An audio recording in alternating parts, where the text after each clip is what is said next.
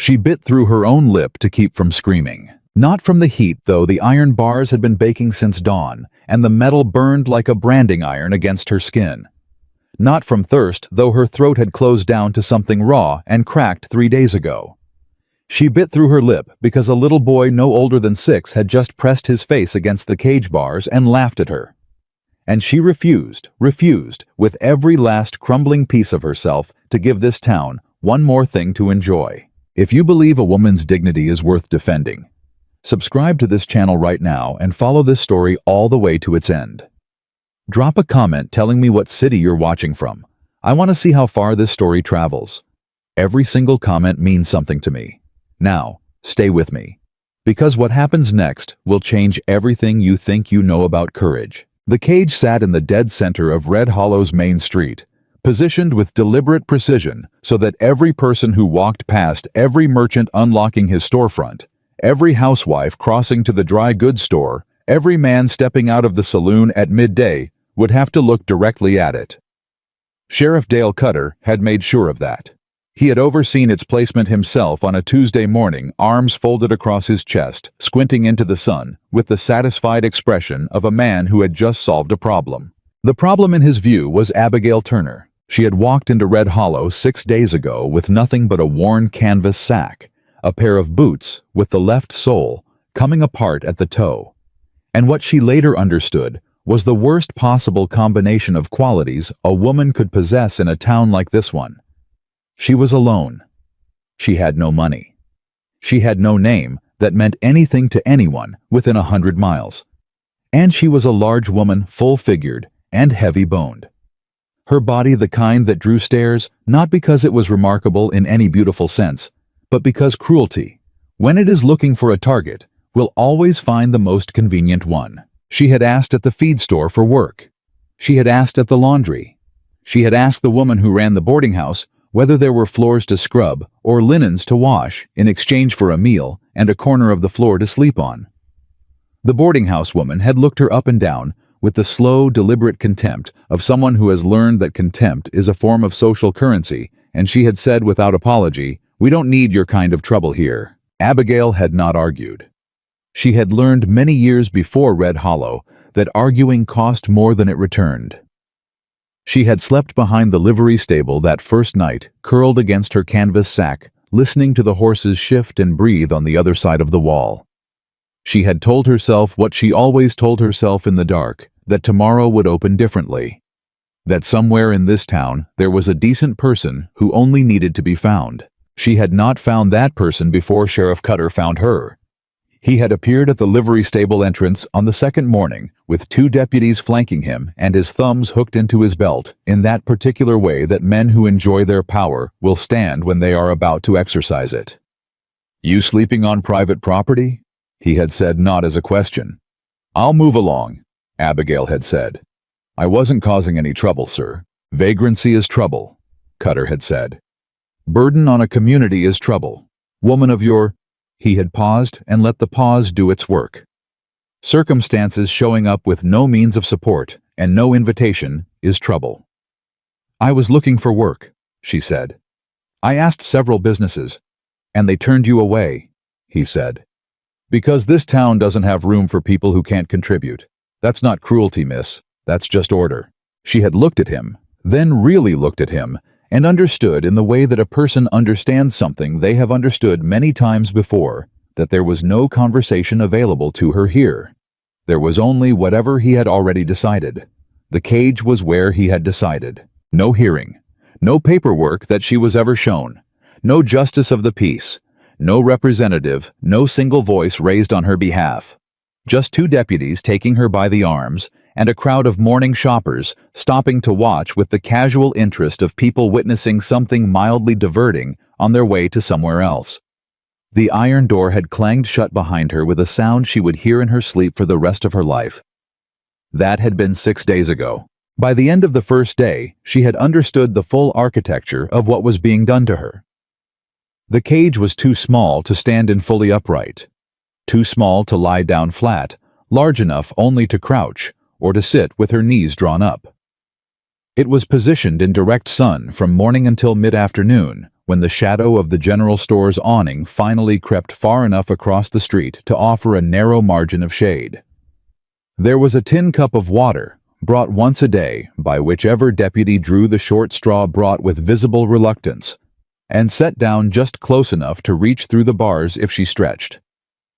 There was no food until the third day, when a woman Abigail never clearly saw threw a half-eaten biscuit through the bars from across the street, either as charity or as something else entirely. Abigail had eaten it without looking up. Hunger does not negotiate with pride. What she had not expected, though, perhaps she should have, was that the cage would become entertainment. Not for everyone. There were faces she saw pass on the far side of the street who looked at the ground or looked away, who crossed to the other boardwalk to avoid walking directly past her. She held on to those faces. She catalogued them as evidence that not everyone in Red Hollow had chosen to enjoy this. But the ones who had chosen to enjoy it were loud enough to fill the silence left by those who hadn't. The men outside the saloon who threw comments in her direction, comments about her size, about her smell, about what exactly Sheriff Cutter ought to do with her next, had discovered by the second day that she would not respond, and had pivoted to trying increasingly inventive ways to provoke a reaction. The merchants' boys, who threw dirt through the bars. The woman who had stopped directly in front of the cage on the afternoon of the fourth day stared at Abigail with frank assessment, and then said to the woman beside her, loud enough to be sure she was heard, "I don't know what she expected showing up looking like that with nothing to offer anybody." Abigail had looked at her. She had said nothing. She had bitten down on the inside of her cheek and held the woman's gaze until the woman was the one who looked away. That had cost her something. Everything was costing her something now. She could feel it in the way her thoughts had begun to move more slowly on the morning of the fifth day. A thick, syrupy drag to her, thinking that she recognized as the beginning of something dangerous. She had been without proper food for 5 days. She had been without adequate water. The sun had taken what the humiliation had started. Her lips were split. Her hands where she gripped the bars for balance when she shifted position had blistered and cracked. She had begun in the long middle hours of each afternoon, when the sun was at its worst, to have a conversation with herself about whether she was going to survive this. She did not frame it as despair. She was not a person given to despair. She had found across the hard geography of her 28 years that despair was a luxury she could not afford, and so had simply declined to stock it. But she was a practical woman, and practical women look at the available evidence and draw reasonable conclusions, and the reasonable conclusion available to her on the morning of the 6th day was that her body was beginning to lose the argument it had been making on her behalf. She was sitting with her back against the bars on the east side of the cage, her chin dropped toward her chest, conserving what remained, not sleeping, because sleep had become unreliable and frightening, but something close to it when she heard the wagon. She heard it before she saw it, because the street had been quiet at that hour. The mid-morning lull between the early risers and the midday traffic and the sound of iron-rimmed wheels on packed dirt carried in the stillness. She heard the creak of a wagon frame and the particular sound of horses that had been traveling hard and recently stopped the restless shift and snort of animals that were tired but not yet settled. She did not look up immediately. She had learned that looking up cost her things she didn't have to spend. But then she heard the voice. It was a child's voice, small and clear, and without the studied performance of cruelty that she had come to brace against. It was a voice asking a question, and the question was asked the way children ask questions when they genuinely don't understand something and have not yet learned that some understandings are considered inappropriate. "Papa?" A pause. "Why is that lady locked up like an animal?" The street went quiet. Not the ordinary quiet of an empty street, but the particular quality of silence that falls when a crowd of people realize simultaneously that someone has just said the thing that everyone has been carefully not saying. Abigail looked up. She saw the wagon first, a sturdy working wagon, road-dusted and practical, the kind built for mountain terrain and heavy loads and years of hard use rather than appearance. She saw the horses, a matched pair of Gray's good animals well kept. And then she saw the man on the wagon seat, and she saw the 4 girls arranged in the wagon bed behind him, ranging in age from somewhere near 5 to somewhere near 15. and she saw the smallest one, the one who had spoken, standing up in the wagon bed with one hand on her father's shoulder and the other pointing directly at the cage. The man had gone still when his daughter spoke. Not the stillness of embarrassment, not the stillness of a man trying to decide how to redirect a child's attention toward something less inconvenient. The stillness of a man who was looking at something and truly seeing it for what it was, perhaps for the first time, because a child who loves him had asked him to. He was broad through the shoulders and lean everywhere else, the kind of man shaped by outdoor work over many years. He wore a battered hat that had been good once and weather-beaten to something better, to something honest. His face was the face of a man who had spent most of his 38 years doing difficult things under open sky, creased around the eyes and direct in expression, not handsome in the way that men in illustrations were handsome, but real in the way that mattered more. He looked at his daughter's pointing hand. He looked at the cage. He looked at Abigail. She met his eyes because she was done with looking away. What she saw in his face was not pity. She had received pity occasionally over the years, and recognized its particular quality, the mixture of discomfort and relief that comes from looking at suffering from a safe distance. This was not that. What she saw in Jacob Callahan's face when he looked at her across the main street of Red Hollow was something that took her a moment to identify because she had encountered it so rarely. It was fury. Clean, quiet, absolute fury, the kind that doesn't need to raise its voice because it has already made its decision. "Good question, sweetheart," he said to his daughter quietly and set the brake on the wagon. He climbed down from the wagon seat with the unhurried deliberateness of a man who has thought through what comes next and is not in a hurry because he is not uncertain. He said something to the oldest girl, something short, just a few words, and she put her arm around the youngest one and drew the others close and sat down in the wagon bed with the composure of a child who has learned to trust that her father knows what he is doing. Then Jacob walked toward the cage, and the crowd that had been an audience rearranged itself without entirely meaning to, creating a corridor of space between the man and whatever he was walking toward. Sheriff Cutter materialized from the direction of his office with the speed of a man who has been watching from a window and has now calculated that his presence is required. "Something I can help you with, friend," Cutter said. His voice carried the particular confidence of a man who has not in recent memory encountered a situation his authority could not manage. Jacob stopped walking. He stood looking at the cage for a long moment. Then he turned and looked at Cutter. "How much?" he said. Cutter blinked. "Pardon, how much to release her?" Jacob's voice was level, not aggressive, not pleading. The tone of a man conducting a transaction he finds distasteful but necessary. "This woman is being held on a lawful—" "How much?" Jacob said again. Same tone, same eyes. Cutter looked at him for a moment, reassessing. Then he looked at the crowd. The crowd was watching with the recalibrated attention of people who have sensed that the entertainment has shifted direction. $20, Cutter said. It was an extortionate sum, and both men knew it.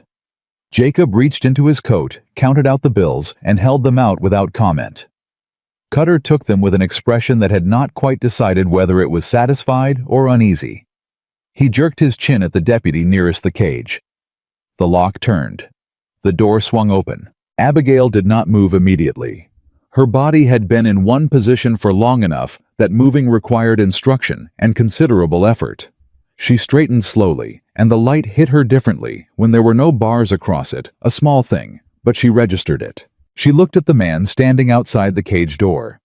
He was not extending a hand toward her in a way that suggested he was going to pull her out. He was standing at a reasonable distance, giving her the space to move herself, which was either instinct or thought. But was she recognized exactly right? She stepped out of the cage on her own feet. Her knees nearly buckled. She caught herself on the doorframe of the cage that had held her, and felt the humiliation of that for a fraction of a second, before she felt Jacob's hand very briefly under her elbow, steadying her without making a show of it, and then withdrawing. "Can you walk, ma'am?" he said quietly. Not can she walk as a doubt, but can she walk as information he needed to plan around. "Yes," she said. Her voice came out rough and strange from days of disuse. "Yes, I can walk." "My wagon's just there," he said. "My daughters are in it. They'd be glad of the company if you'll allow it." She looked at him. She looked at the wagon where 4 girls sat watching her with expressions that ranged from solemn to curious, to something in the youngest one that looked very much like indignation on her behalf. She looked at Sheriff Cutter, who was already turning away, already deciding that whatever had just happened was a story he would retell with himself in a more favorable position. She looked at the cage. Then she looked back at Jacob Callahan. "I don't know you," she said. "No, ma'am," he said. "My name's Jacob Callahan. I run a ranch up in the mountains about 4 hours north. My daughters are Margaret Louise Clara, and the one who asked the question is Bess." A pause. Bess has never been able to walk past an injustice without naming it.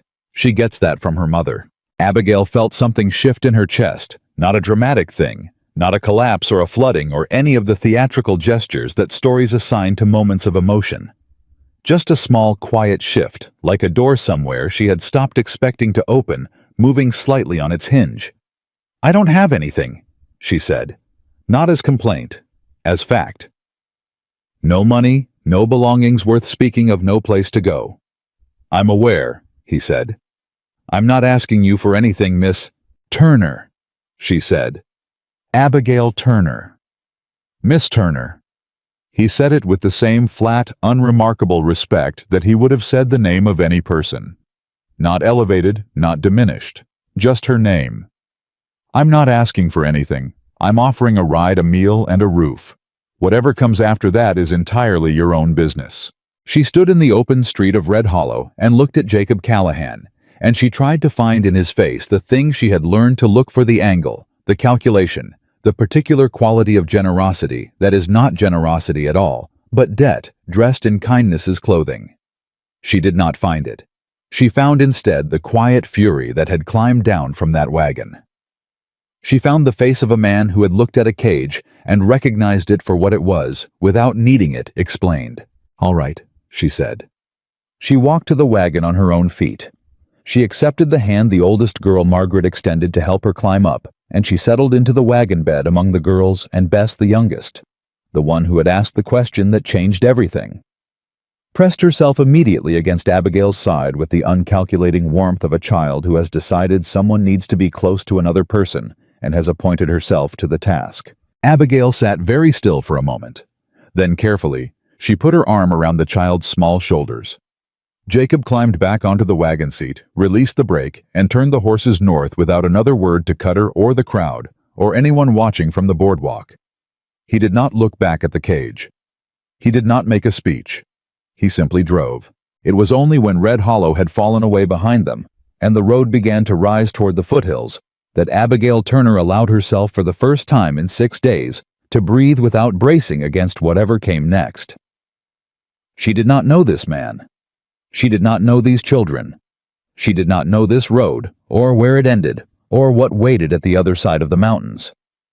But she knew the feel of a child sleeping against her shoulder, and she knew that somewhere behind her in the dead center of a town called Red Hollow, there was an iron cage with an open door, and for the first time in longer than she could remember, she was on the other side of it. That was enough to begin with. That had to be enough. And in the deep, quiet place inside herself, where she had stored every hard thing and every harder truth, something small and stubborn and not quite extinguished, shifted and held. The wagon rolled north for 4 hours, and Abigail counted every one of them. Not because the ride was unpleasant. It wasn't.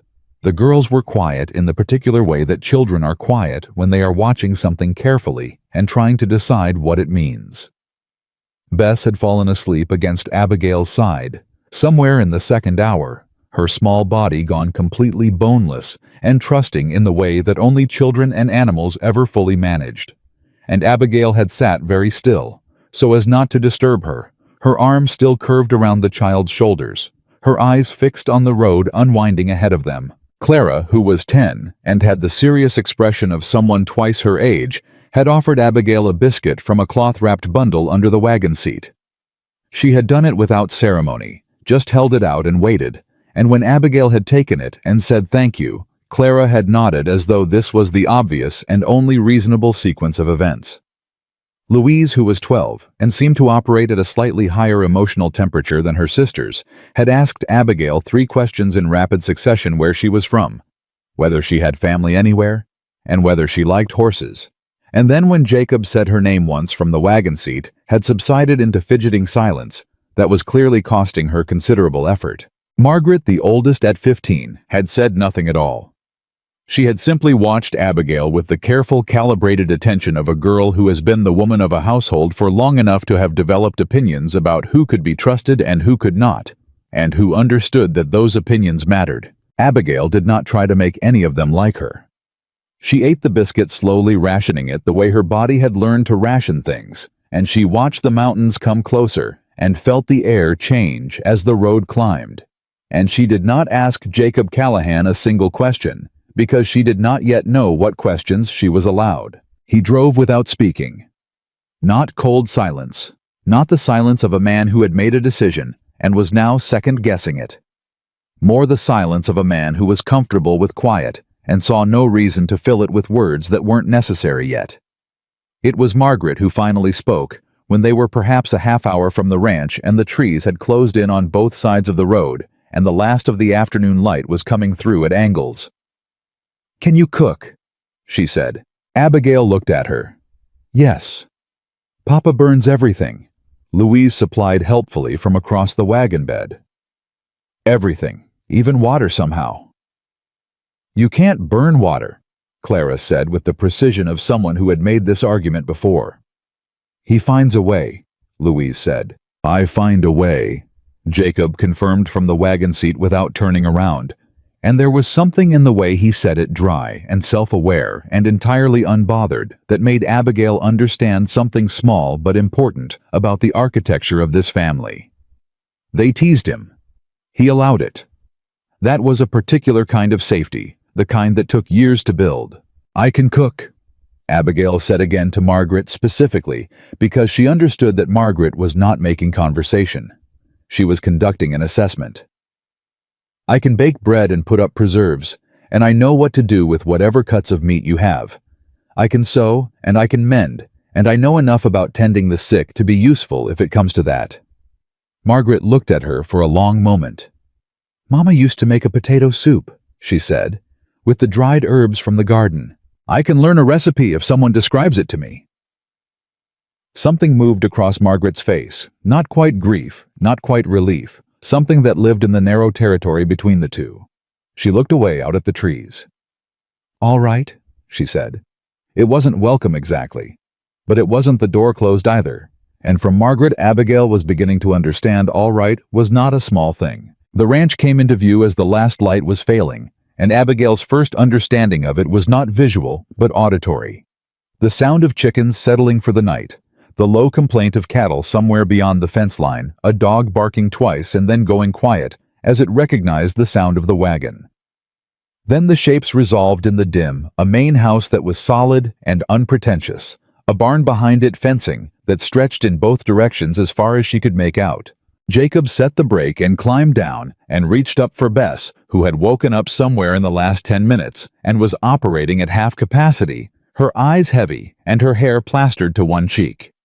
He lifted her down with the matter-of-fact ease of a man who had been lifting this particular child for 5 years and had the muscle memory to prove it. "You can have the room at the end of the hall," he said to Abigail, not looking at her but arranging Bess against his shoulder. "It's got a window. There's a wash basin. Dinner'll be—" He paused, apparently doing calculations. "Whatever you'd like to make it if you're willing. Otherwise, I'll take a turn." "I'll make it," Abigail said. He nodded. He carried Bess toward the house. The other girls climbed down and followed him. Louise already talking at volume about something that had happened in Red Hollow, before they'd reached the cage, her voice fading as she went through the door. Abigail stood alone beside the wagon for a moment. The dog appeared from around the side of the barn and sat down in front of her and looked at her with the evaluating calm of an animal that has decided to reserve judgment. "Fair enough," Abigail told it. She went inside and found the kitchen and made a simple meal out of what was available: salt pork and cornbread and dried beans that she'd soaked quickly in hot water while the pork rendered, and set it on the table without ceremony. The girls came to the table in varying states of hand-washing compliance. Jacob came last, having seen to the horses, and sat at the head of the table and looked at the food, and then at Abigail, with an expression she couldn't fully read. "Grace," he said, and bowed his head, and the girls bowed theirs, and Abigail stood at the edge of the table for a half-second before she bowed hers too. He said a short grace. Plain words, no ornamentation. "Thanks for the road home. Thanks for the food. Thanks for the people at the table." He did not specify which people. He didn't need to. She ate, standing at first out of habit, the habit of someone who had eaten most of her meals in kitchens where she was working, rather than sitting, who had learned to take her portion after others had taken theirs, and to do it quickly and without drawing attention. It was Clara who noticed 3 bites into the meal and said, "There's a chair," pointing at the empty chair beside her with her fork. Abigail sat down. It sounds like a small thing. It wasn't. The first week passed in the way that difficult transitions pass, when everyone involved is trying to be careful in increments with a great deal of unspoken negotiation happening in the spaces between words. Abigail woke before anyone else and had the stove going by the time Jacob came through the kitchen on his way to the barn, and she made breakfast and packed the girls' lunches for the schoolhouse, which was a 4-mile ride that Margaret supervised with the authority of a general and the patience of a saint. She learned the layout of the kitchen and the garden and the particular demands of the household that Louise needed her braid redone every morning. Because it came loose overnight, that Clara kept a journal she wrote in after dinner and needed 20 minutes of quiet to do it, that Bess had a specific cup she preferred, and a specific way she liked her eggs, and a specific stuffed rabbit that had to be present at all meals, for reasons that no one questioned anymore. She learned these things by watching and by asking the right questions, and she stored them the same way she stored everything carefully, with the attention of someone who understood that the details of people's lives were the real measure of them. She did not learn much about Jacob in those first days. He was up early and in late. He was not cold, but he was contained a man who had organized himself around loss and around responsibility, and around the practical demands of keeping 4 children and a working ranch from coming apart, and who had not in some time had the occasion to be anything other than those things. What she learned about him, she learned from his daughters. From Bess, she learned that he sang to them at bedtime. Old songs, folk songs mostly, and that he had a decent voice and knew all the words, and never got irritated when asked to sing the same one twice. From Louise, she learned that he had spent 3 months the previous winter sleeping in the barn to nurse a sick horse back to health, and had never mentioned it to anyone Louise had found out, because she'd gotten up for water in the middle of the night and seen the light in the barn window. From Clara, she learned somewhat circuitously that he had turned down an offer to sell the ranch and move them all to Denver the previous year, because he'd promised their mother that the girls would grow up with mountains behind them. From Margaret, she learned nothing directly, but she watched the way Margaret watched her father, with the particular vigilance of an oldest child who has taken on the weight of an adult grief that wasn't hers to carry, and has carried it anyway, and she understood more from that watching than she would have learned from 100 conversations. It was at the end of the 2nd week that the first real thing happened between her and Jacob. Not romantic, nothing like that, nothing with that particular charge. Something quieter and more durable. She had been in the garden in the early morning doing the kind of slow, methodical work that the garden required, and that she found unexpectedly that she craved the feeling of something growing under her hands of effort that produced visible results. She heard him come out of the barn and stop.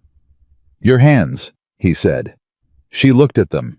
The blisters from the cage bars were still healing the skin tight and new. She had not mentioned them. "They're fine," she said. "They're not," he said. She looked up at him. He was holding a tin of something, a salve. She realized the kind made from rendered fat and herbs. He held it out without approaching closer than the distance at which it was her choice to take it or not. She crossed the garden and took the tin. "My wife had a recipe for it," he said. "Comfrey root. Margaret makes it now." There was nothing more to the exchange than that. He went back to whatever he had been doing in the barn. Abigail stood in the garden with the tin in her hands and looked at it for a long moment. She understood what had just happened and what it had cost him to do it. She put the salve on her hands that evening and felt the tight skin begin to ease, and she thought that this was what generosity looked like when it was real. Not the grand gesture, not the public act of buying her out of a cage, but a tin of salve offered across a garden at the right distance, with no expectation attached. It was at the end of the third week that the first real danger announced itself, and it announced itself in the form of a letter. Margaret brought it in from the road where a rider had left it at the gate, not a post rider, not the ordinary mail. A man on a black horse, who had ridden up to the gate without coming through it, and handed the letter over with the studied indifference of someone paid to deliver and not to know the contents. Margaret had watched him ride back down the road, and had brought the letter to Jacob at the dinner table without comment, because at 15, she had learned to recognize the shape of trouble even when she couldn't name it. Jacob opened it. He read it. His face did not change, which was Abigail had come to understand how she would know when something was serious. "Who's it from?" Louise asked. "Business," Jacob said. "What kind of business?" Clara asked. "The kind that isn't dinner-time conversation," he said, and his voice had the particular quality that ended questions, and the girls subsided and the meal continued. Later, when the girls were in bed, Jacob came to the kitchen where Abigail was washing the dishes and set the letter on the table. She dried her hands and read it. It was from a legal firm in Denver. It cited a contract, an employment contract it was called, though the language of the letter described terms that had nothing to do with employment in any sense Abigail recognized. It cited a debt she purportedly owed accumulated against the wages she had supposedly been advanced by a man named Victor Hargrove. It cited a federal warrant for her return to answer these debts. It gave a deadline of 14 days. At the bottom, in handwriting rather than type, someone had added a single line. "She knows what she owes. So do you now." Abigail set the letter down. Her hands were steady. She had practiced steady for a long time. "I should go," she said. "No," Jacob said. She looked at him. "You don't understand what this man is. Victor Hargrove has more legal resources than half the state of Colorado. He's had women returned from 3 territories under this same warrant. He will come here. He will threaten your land, your family." "I heard you," Jacob said. "I said no." Jacob. It was the first time she had used his name, and they both noticed it. "I came here with nothing. I'm not going to leave you with less than that." He was quiet for a moment. Then he said, "Tell me about him. All of it. From the beginning." She told him. She had not told anyone before, not because she didn't trust, but because there had never been anyone whose trust she thought would hold the weight of it. She told him about the labor exchange in Kansas City that had seemed legitimate, that had been presented as legitimate with papers, and a representative who spoke like a professional man and promised fair wages and decent conditions and a path toward something better. She told him how the terms had changed once she was inside the system, how the debt had grown in ways she hadn't consented to, and couldn't trace how Victor Hargrove's name had only come into view once she was already bound by paperwork she hadn't fully understood. She told him about the 2 years under that system, the work, the conditions, the way the women around her had been slowly stripped of the resources they would need to leave. She told him how she had gotten out, which had required leaving everything she owned and walking for 3 days before she could get near a road. She told him all of it in the same flat, factual tone she would have used to describe a business transaction, because that was the only way she knew how to say it without it becoming something else. Jacob listened. He did not interrupt. He did not offer her any of the performances of sympathy that she had come to distrust, the sharp intake of breath, the exclamations, the expressions that were more about the listener's feelings than the speaker's experience. He listened the way he drove, with full attention and without commentary. When she finished, he said, "How many women are still in it?" She blinked. Of all the questions he could have asked, "I don't know exactly. 12 that I knew of. Likely more." He nodded. He was quiet for a moment. "That contract is illegal," he said. "The terms you're describing are not enforceable. The warrant may be legal on paper, but it's built on fraud, which means it can be challenged. It'll take money and a good lawyer and someone willing to go to Denver and put the case in front of the right people." "Jacob," she said, "that's not—" "I have a man I trust in Denver," he said. "A lawyer. He doesn't owe me any favors, but he owes the truth some consideration, which'll do." He paused. "I'm going to ride to Denver." "You can't spend your savings on this," she said. "This is not your fight." He looked at her with the same direct, unembarrassed attention he had turned on her across the street in Red Hollow, the look that had no angle in it. "You're at my table," he said simply. "My daughters have eaten meals you cooked. Bess has slept on your shoulder twice. Margaret." He paused, and she could see him measuring his words. "Margaret asked me last night if you were going to stay." Abigail said nothing. There was nothing to say to that. "It's my fight," he said, "because I've decided it is, and I'd appreciate it if you'd stop arguing with me about my own decisions."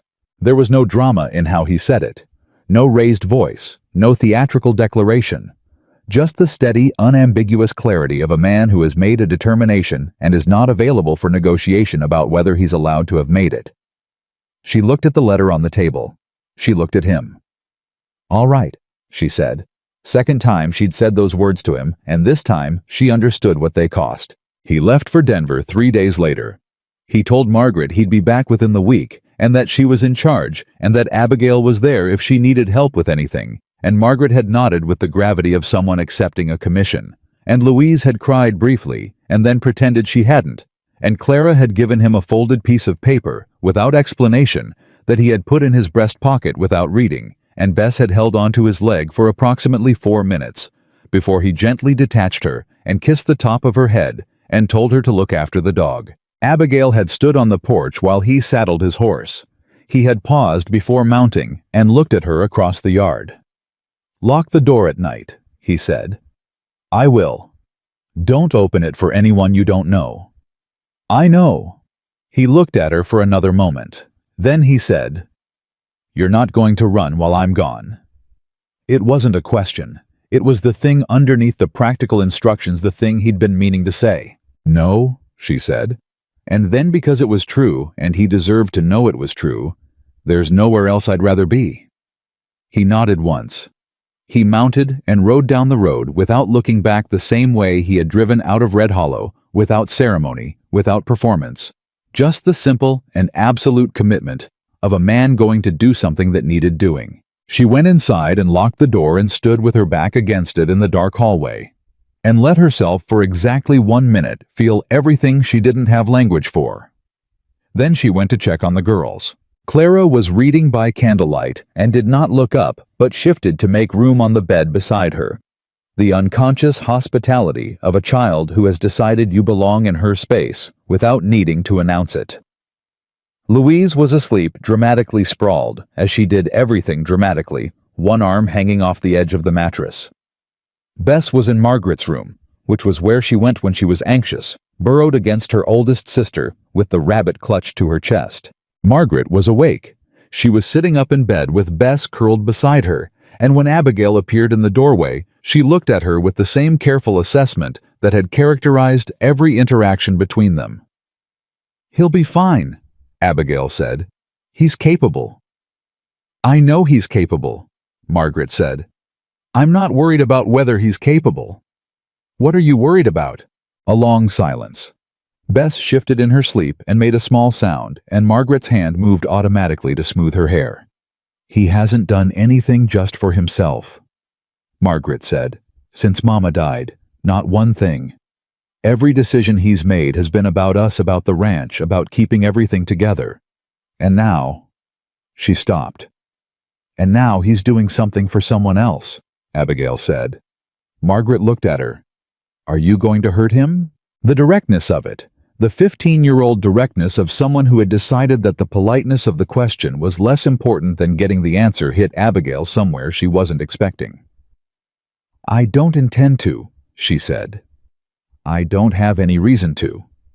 And I want you to know that if it comes to a point where my staying here is causing this family harm, I'll leave before you have to ask me to." Margaret held her gaze for a long moment. "Mama would have liked you," she said finally. The way she said it wasn't a compliment exactly. It was more like an admission, something she had decided after careful deliberation and was declaring on the record. "That's the finest thing anyone has said to me in a long time," Abigail said. She meant it completely. She went to her own room and lay down on the narrow bed and listened to the sounds of the house settling around her. The creak of boards, the distant sound of cattle, the wind off the mountains, pressing at the windows. And she thought about Victor Hargrove, somewhere south of here, deciding his next move with the unhurried confidence of a man who had never been seriously challenged. She thought about the women still inside his system. 12 she had known. Likely more. She thought about Jacob on the road to Denver with Clara's folded note in his breast pocket, and the salve tin Mary had taught Margaret to make, and a tin of it that someone had thought to send with him, probably Margaret, probably without being asked. She was still thinking when she heard the dog bark. Once, twice, and then the particular pattern, 3 short and 1 long, that she had already learned meant something was wrong. She was out of bed and at the window before the 3rd repetition. The barn was on fire. Not the whole barn, not yet. The east corner where the hay was stored, the light orange and climbing, and beginning to find its appetite. She could see the shape of someone running away from the fence line, 2 shapes moving fast away from the light. She was already moving. Down the hall, Margaret's door opened before she reached it, because Margaret had heard the dog too, and was already up, and already had Bess in her arms. "Get the girls outside," Abigail said. "The far side of the house away from the barn. Take the lantern. Go." "The horses?" Margaret started. "I'll get the horses," Abigail said. "Go." Margaret went. She heard Louise wake up, heard Clara's quick footsteps, heard Bess begin to cry, and then stop crying, as Margaret said something to her, the tone of someone who has learned to be the steady thing when everything else is moving. Abigail went out the back. She crossed to the barn at a run. The smoke was thicker than it looked from the window, and she felt it hit her lungs as soon as she pulled the barn door open, the heat pushing at her, the animals already frightened and loud. She moved along the stalls, speaking to each horse the way she had heard Jacob speak to them, low and steady, unclipping the tethers one by one and pushing them toward the open door. 3 horses, the old mule. She had the first 2 out before the east wall of hay caught fully, and the light became something serious, and the heat dropped onto her like a physical weight. The 3rd horse didn't want to move. She understood this. This was an animal experiencing something terrifying, and its instinct was to stay still and hope the danger passed. She had experienced this herself. She knew it didn't work. "Come on," she said to the horse. She put her hands on its face and made it look at her. "Come on now. We're going this way. Trust me." It came.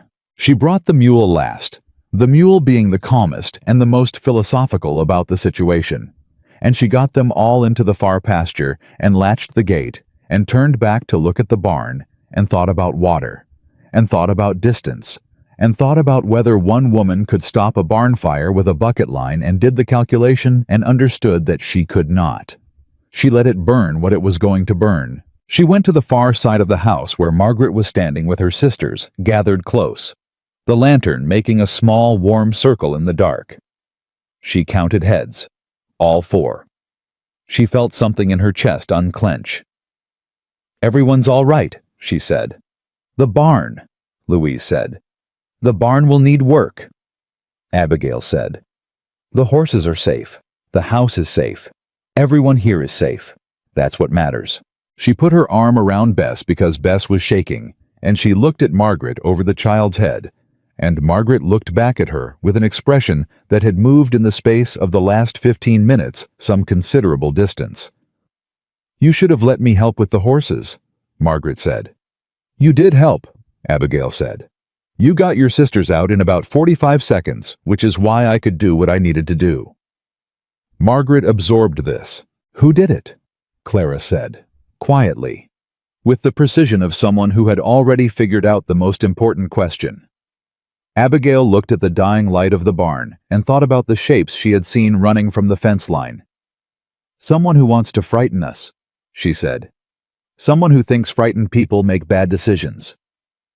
"Are we frightened?" Bess said against her shoulder. Abigail held her tighter. She thought about Jacob on the road to Denver. She thought about the letter on the kitchen table.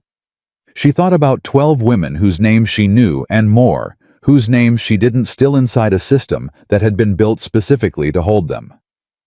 "Not in the way they're hoping," she said. She kept the girls close until the fire burned itself out, and then she brought them inside and made tea, sweet hot, something that required them to sit down and hold something warm. And she sat at the kitchen table with them and told them a story, she mostly invented on the spot, about a woman who had walked from Tennessee to Colorado with nothing but a canvas bag and a stubborn belief that the next place would be better, and the girls listened, and Bess fell asleep with her head on the table, and eventually Clara and then Louise went to bed. Margaret stayed. When it was just the two of them in the kitchen with the fire in the stove and the smell of smoke still faint in the air, Margaret looked at her and said, "You're not going to leave, are you, even now?" "No," Abigail said. "Because of Papa." It was not entirely a question. Abigail looked at the girl, this serious, careful, extraordinary girl who had been holding things together since her mother died and had never once, as far as Abigail could see, been allowed to put the weight down. "Because of all of you," she said. And then because it was also true, and yes, because of your father. Margaret nodded slowly. She looked at her hands on the table. "He's going to need to hear that," she said. "From you. When he gets back." "I know," Abigail said. "He won't say it first," Margaret said. "He doesn't say things like that first. He never has." "I know," Abigail said again. Outside, the mountains were dark and still, and somewhere on a road south of them, Jacob Callahan was riding toward a fight he hadn't started but had chosen. And inside this kitchen, there were 4 girls who had made room for someone they didn't know, and a woman who had not, in more years than she could count, had a room to come back to. Victor Hargrove was not finished. She knew that. The burned barn was a message. A controlled, deliberate message from a man who wanted her to understand what the next escalation would look like if she failed to come quietly. She was not going to come quietly. She was not going to come at all. She reached across the table and put her hand over Margaret's brief, undemonstrative, the gesture of one person telling another that they are not in this alone. And then she stood up and began to clean the kitchen, because that was something she could do tonight, and tomorrow she would figure out what came next. Jacob came back on the 5th day. Abigail heard the horse before she saw him, the particular rhythm of his gray coming up the road at a pace that said urgency without saying panic, and she was already on the porch when he came through the gate, and she knew from the set of his shoulders, before he had even dismounted, that whatever he had found in Denver was worse than what he had gone looking for. He swung down and tied the horse and looked at the east side of the property where the barn had been, and his jaw tightened, and he stood there for a moment with his back to her and his hand on the horse's neck. "The girls are safe," she said. "Everyone is safe. The horses are in the far pasture." He turned. He looked at her the way he had looked at her across the street in Red Hollow, that complete assessing attention, and she understood he was checking for himself that she was telling him the truth, and that she was included in everyone. "You're all right," he said, not a question. "I'm all right." He nodded once. He came up onto the porch and stopped in front of her, closer than he usually stood, because he was tired, and his guard was down, and he hadn't yet remembered to put the distance back. "It's worse than a bad contract," he said. "Tell me." He told her inside at the kitchen table with coffee that she put in front of him because he looked like a man who had been sleeping in short intervals for 5 days and needed something hot to hold on to. He told her what his lawyer in Denver had found when he started pulling on the threads of Victor Hargrove's operation, and each thing he said landed on the table between them with the weight of something that had been a long time coming to light. Victor Hargrove was not simply a land speculator with aggressive business practices. He was the center of an operation that moved women specifically.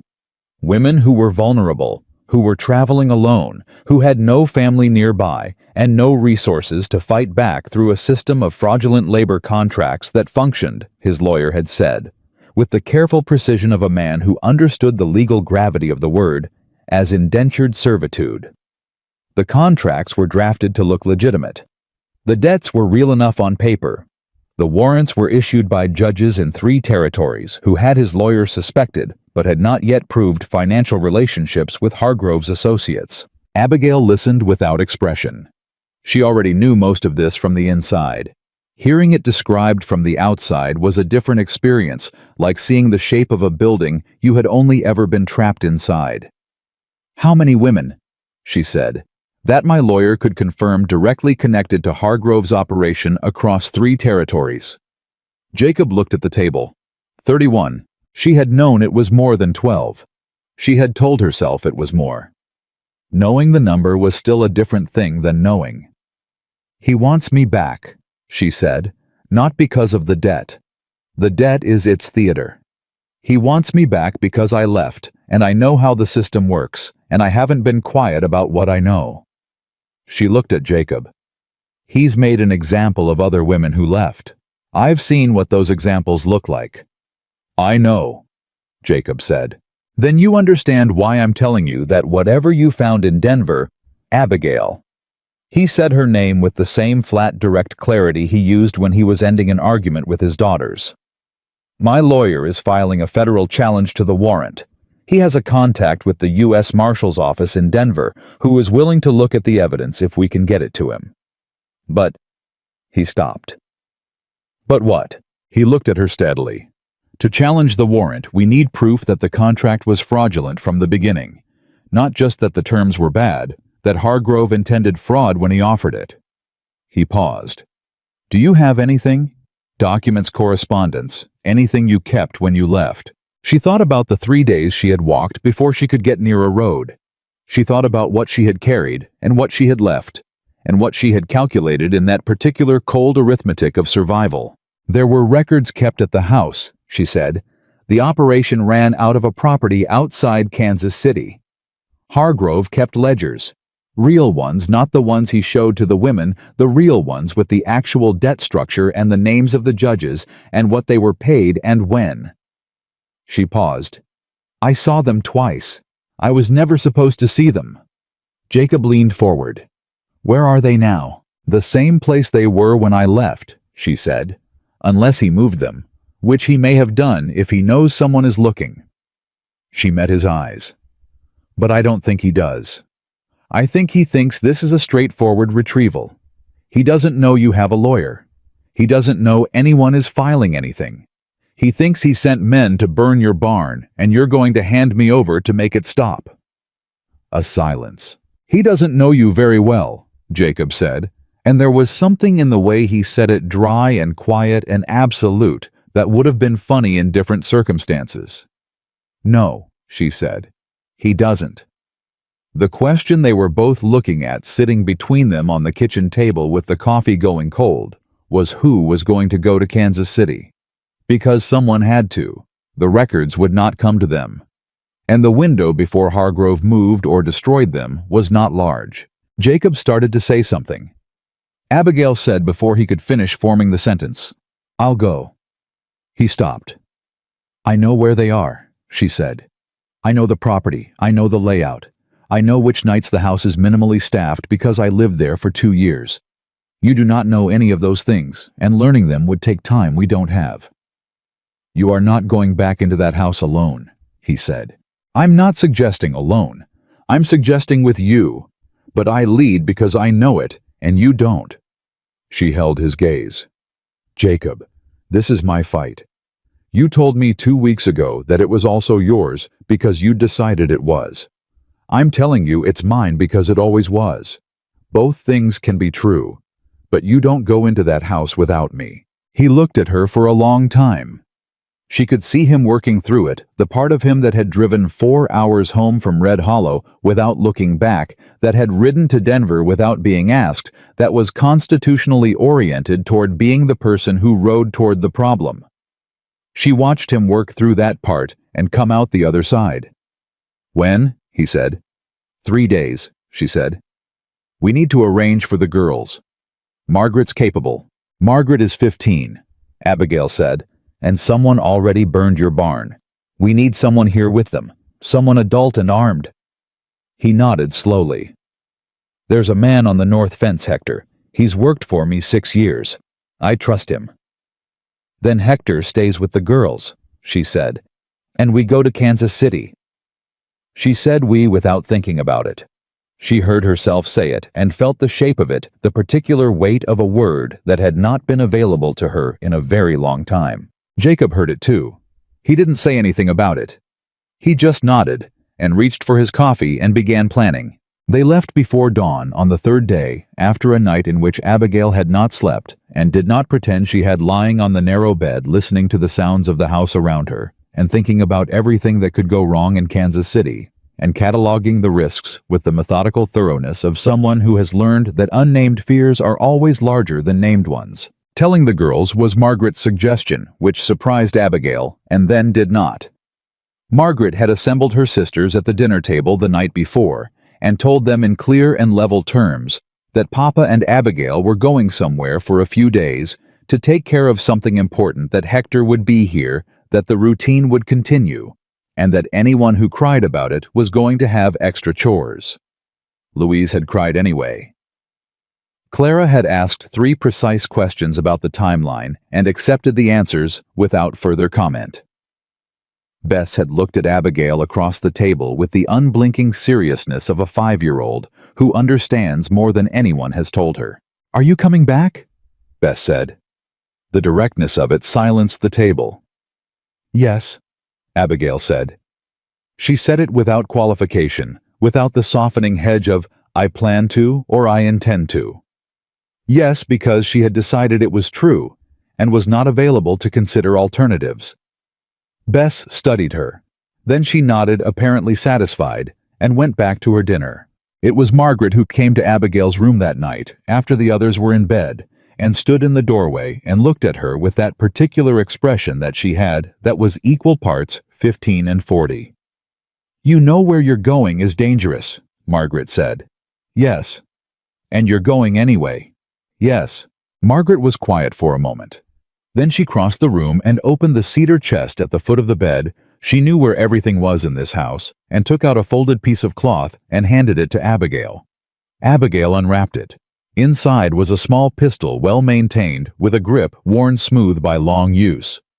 "It was Mama's," Margaret said. "She could shoot better than Papa, though he won't tell you that. She would have wanted it used." Abigail looked at the gun. She looked at Margaret. "Thank you," she said. "Come back," Margaret said, and walked out of the room without waiting for a response, because she was her mother's daughter, and her mother's daughters did not wait around to see if their instructions were followed. They simply expected that they would be. The road to Kansas City was 4 days if they pushed, and 5 if they were careful, and they pushed because the window was closing. They rode mostly in silence because Jacob was not a man who talked for the sake of filling silence, and Abigail had spent enough of her life around people who talked to cover their anxiety that she found his quiet more restful than most people's conversation. When they did talk, it was about practical things, the route, the stops, the plan for when they arrived. It was on the second night camped on the eastern plains with the fire going low that the conversation shifted. She didn't know who started it.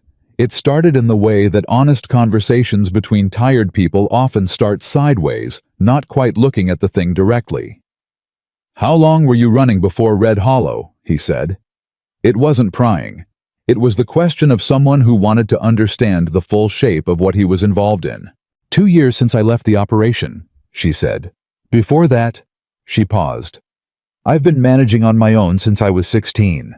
My parents died of fever in Ohio. I had a brother, but he went west and we lost track of each other in the way that people do." She looked at the fire. "I got very good at finding work and very bad at finding a place that felt permanent. And then I found a place that felt permanent, and it turned out to be Hargrove's operation, which was its own particular education." "In what?" he said. "In how easy it is to mistake structure for safety," she said. "He offered papers and a room and 3 meals. After years of nothing being reliable that looked like safety. It wasn't. It was a cage with a better-looking door." Jacob was quiet for a moment. The fire settled. "My wife died 3 years ago," he said. "Fever same as your parents. She was sick for 11 days and then she was gone, and I had 4 daughters and a ranch and absolutely no idea how to be both things at once." He paused. "I've been building a structure ever since, making things reliable, making things predictable, because 4 girls needed someone to make things predictable." He looked at the fire. "I got very good at that. And somewhere in there I stopped being a person and became a function." "You didn't stop," she said. "You're still in there. I can see you." He looked at her. The firelight did something to the angles of his face. "That's the first time anyone has said that to me in 3 years," he said. She didn't say anything. The fire moved. Somewhere out on the plains, a coyote made its sound and went quiet. "You're the first person," she said slowly, "who has looked at me, the actual me, not what they thought I should be, or what they thought they could make me into, without wanting something from what they saw." She paused. "I don't quite know what to do with that." "Neither do I," he said. And then, because neither of them knew what to do with it, and because the morning would come early and bring the rest of the journey with it, they let the fire go to coals and they slept on their separate sides of it, and whatever had just been said stayed between them without resolution, which was not the same as staying without meaning. They reached the outskirts of Kansas City on the afternoon of the 4th day, and Abigail began in the last hour of the ride to feel the particular quality of fear that is not general anxiety, but specific dread. The dread of a specific place with specific memories attached to it. The dread of returning to something she had once needed a long time and considerable pain to leave. She did not let it show in the way she held herself.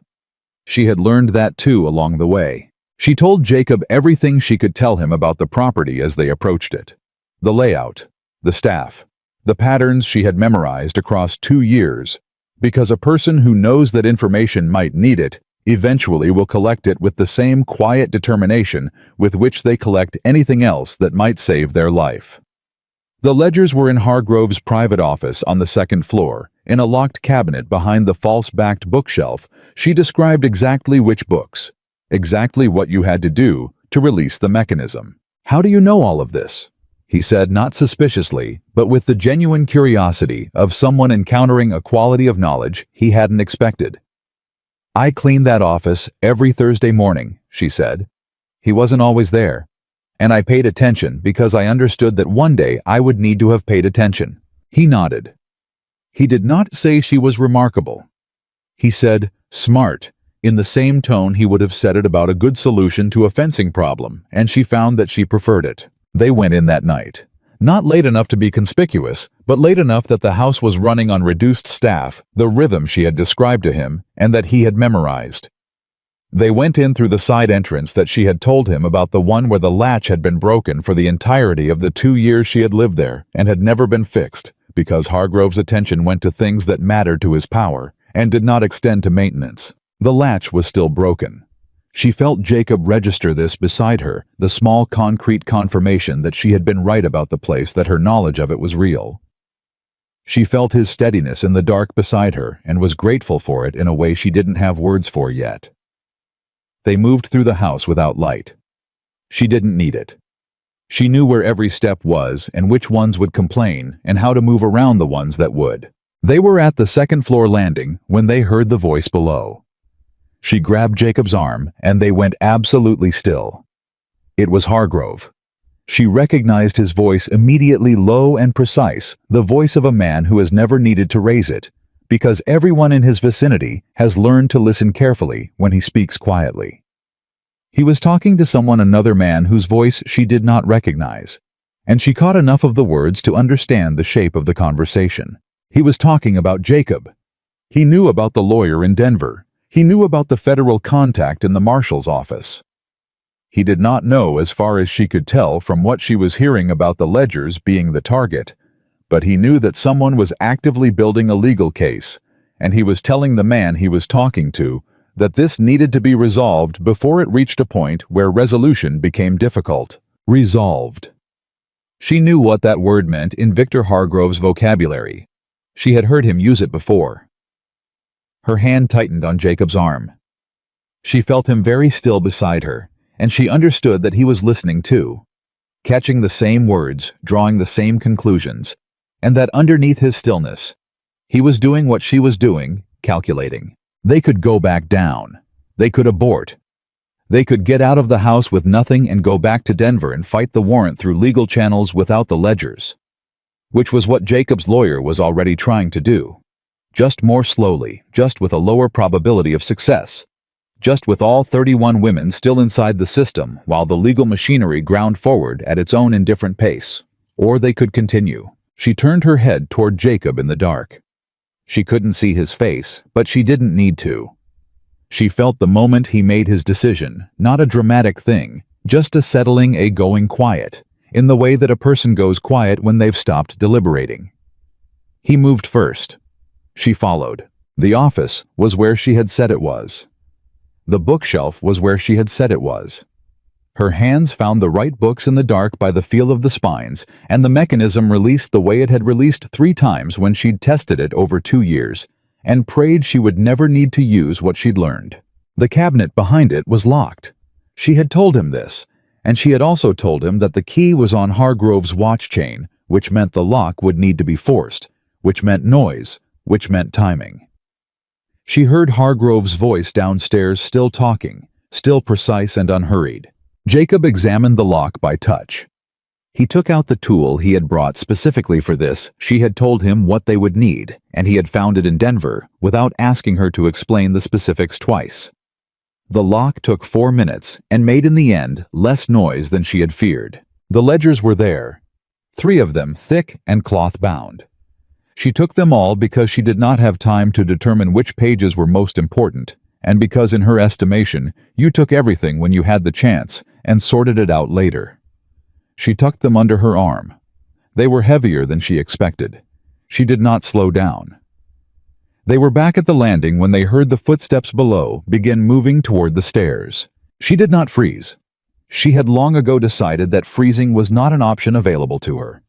She looked at Jacob and jerked her head, and they moved, not running, because running on stairs makes a specific sound, but moving with the controlled speed of 2 people who have agreed on the direction without needing to negotiate it.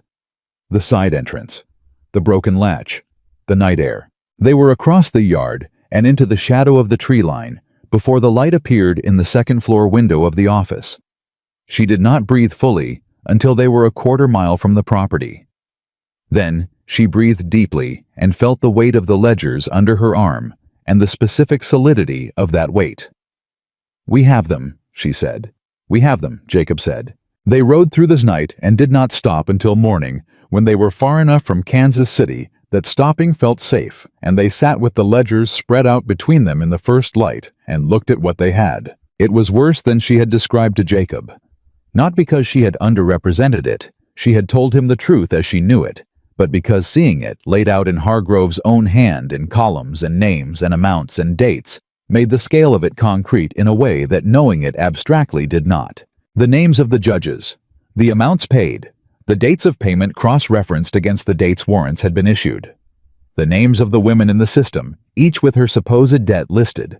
Each debt inflated beyond the original contract terms by percentages that were documented in Hargrove's own careful notation as deliberate instruments of control. And at the back of the third ledger, a list of names she had not expected. Not women. Men. Territorial officials, a federal land office representative, 2 men she recognized as connected to the Denver courts. A network documented in handwriting of every person whose cooperation Hargrove had purchased, and what it had cost him, and what he had received in return. Jacob read this page without speaking. His face had the expression she had come to recognize as his version of rage, the absolute stillness that was louder than anything he might have said. "This ends him," she said quietly. "This ends all of them," he said. She looked at the list of women's names in the first ledger. 31 confirmed. There were more pages. She turned them slowly. 47 names. She had known it was more than 31. She had told herself it was more. 47 had names and ages and dates of contract and a column labeled in Hargrove's neat hand status, and the entries in that column ranged from active to transferred to, in 4 cases, A single word that she stared at for a moment before she understood it, and when she understood it, she closed the ledger and put her hand flat on the cover and sat very still. "Abigail," Jacob said. "4 of them died," she said. "In his custody. He has them listed. He logged them the way you'd log inventory." Jacob put his hand over hers on the ledger cover. Not a romantic gesture. Not that. Not yet. Not here. Just the simple physical communication of one person telling another that they are not sitting with this alone. She let herself feel the weight of his hand there for exactly as long as she allowed herself to feel things before she had to keep moving. Then she stood up. "We need to get to Denver," she said. "Today. We need to get these to your lawyer and to the marshal's contact, and we need to do it before Hargrove understands what was taken and moves to intercept." "Agreed," he said. He was already gathering the ledgers. "Jacob." She stopped him because there was something she needed to say before the urgency of what came next overtook the moment. "What you did coming here doing this—" She stopped. She had never been good at this part. The part where you acknowledge what someone has given you. She had spent so many years operating without the expectation that anything would be given that the receiving of it still required effort. "I don't have the right words for it. I want you to know that." He looked at her. The morning light was full now, honest and clear. "You don't owe me words," he said. "You don't owe me anything." "That's not why I'd say them," she said. Something shifted in his face, the contained, careful expression moving for a moment briefly towards something underneath it. "When this is over," he said. "When the girls are safe, and the warrant is dissolved, and Hargrove is where he belongs. We'll talk then." "Yes," she said. "We will." She meant both the promise and what lay behind it. She thought from the way he looked at her that he understood both things. They rode for Denver, and they did not look back. And behind them in a house outside Kansas City, a man named Victor Hargrove was standing in his office, looking at an open and empty cabinet, and understanding for the first time in many years that something had moved outside his control. And 47 names were riding in a saddlebag toward the light. They rode into Denver on the afternoon of the second day, and Abigail felt the city close around them with the particular pressure of a place where too many things were happening at once, and most of them were not visible. Jacob went straight to his lawyer's office without stopping to eat or change or do anything that was not directly connected to getting the ledgers into the right hands as fast as possible. The lawyer's name was Edmund Haas, a compact, precise man in his late 50s who had the quality of stillness that belongs to people who have spent decades in rooms where the wrong word at the wrong moment costs someone everything. He opened his office door himself when Jacob knocked, which meant he had been expecting them, which meant Jacob had sent word ahead somehow, which meant he had been planning 2 steps further than he had told her. She filed that away without comment. Haas looked at her first, then at the saddlebag, then at Jacob. "You got them," he said. "We got them," Jacob said, and set the saddlebag on the desk. Haas opened the first ledger and read for approximately 45 seconds, and then looked up with the expression of a man who has just seen something he has been looking for a long time and is doing the mental work of not showing how significant it is. "Sit down," he said. "Both of you." They sat. Haas read. The clock on his wall made it sound. Abigail watched his face and read it the way she had learned to read the faces of people who held power over the outcomes of other people's lives, watching for the moment when assessment became decision. It came at the bottom of the second ledger. "The judges," Haas said, not looking up. "You have documentation of payment dates and corresponding warrant issuances." "Yes," Abigail said, in his own handwriting. "Yes." Haas closed the ledger. He looked at Jacob. "This is enough to take to Judge Farrow. Farrow has been looking for cause to move against Hargrove's network for 2 years and hasn't had documentation that would survive a federal challenge. This," he paused and touched the ledger cover with 2 fingers. "This survives." "How long?" Jacob said. "To get a federal marshal moving." Haas considered. If Pharaoh is in his office today, and if I go there in the next hour, and if the marshal I have in mind is the one I think he is 48 hours, possibly less. 48 hours. Abigail did the calculation. Hargrove had discovered the missing ledgers at least 2 days ago. He was a man who moved fast when he needed to through channels that regular people didn't have access to. 48 hours was not comfortable. "There's a problem," she said. Both men looked at her. "Hargrove knows someone is filing a federal challenge. He knew before we went to Kansas City. We heard him say it. He has contacts in the courts here. If he learns which Judge Haas is taking this to, he may move to have Pharaoh recused or compromised before you can get there." Haas looked at her with the reevaluated attention of a man who has just upgraded his estimate of someone. "She's right," Jacob said. "I know she's right," Haas said. He was already standing, already reaching for his coat. "Which is why I'm going now, and you're not telling anyone where I've gone." He looked at them. "Stay here. There's food in the cabinet and a lock on the door. Do not open it for anyone you didn't come in with." He left. The door closed. The lock turned from outside. Abigail and Jacob sat in the office with the ledgers between them, and the clock on the wall made it sound, and outside the window, Denver went about its business, with perfect indifference to what was being decided inside this room. "You should sleep," Jacob said. "You should sleep," she said. A pause. "Neither of us is going to sleep," he said. "No," she agreed. She looked at the ledgers. She thought about the 47 names. She thought about the 4 names in the status column with the word that meant they were gone and would not be coming back, and she felt the weight of those 4 names, the way she had felt the weight of Jacob's hand on the cover of the ledger, as something real, something that had to be carried, something she was not going to put down. "Tell me about her," she said.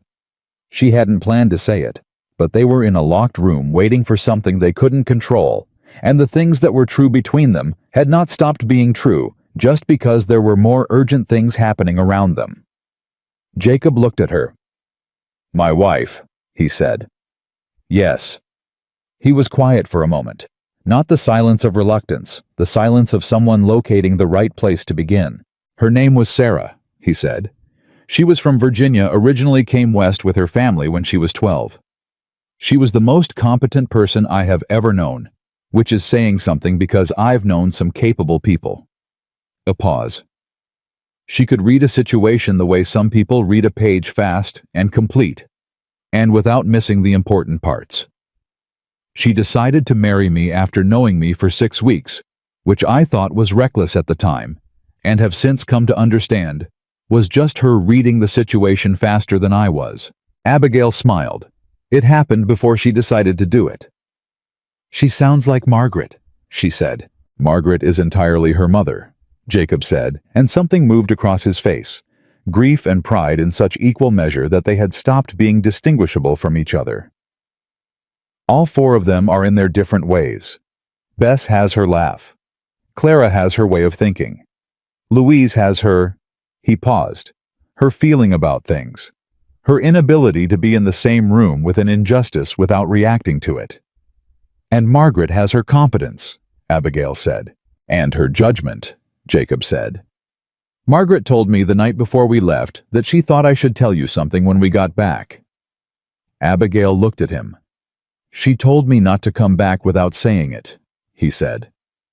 "She was quite specific about the consequences if I didn't." "What was she specific about?" Abigail said, and heard her own voice come out quieter than she intended. He looked at her across the desk with the same direct, undeflected honesty that had characterized everything he had ever said to her. "She said I should tell you that this family is better with you in it," he said, "and that she thinks you already know that, but that someone needed to say it out loud so it was real." The clock made its sound. "She's 15, Abigail said. "She's 50? Jacob said. "She has been since she was about 9. Abigail looked at the ledgers. She looked at her hands.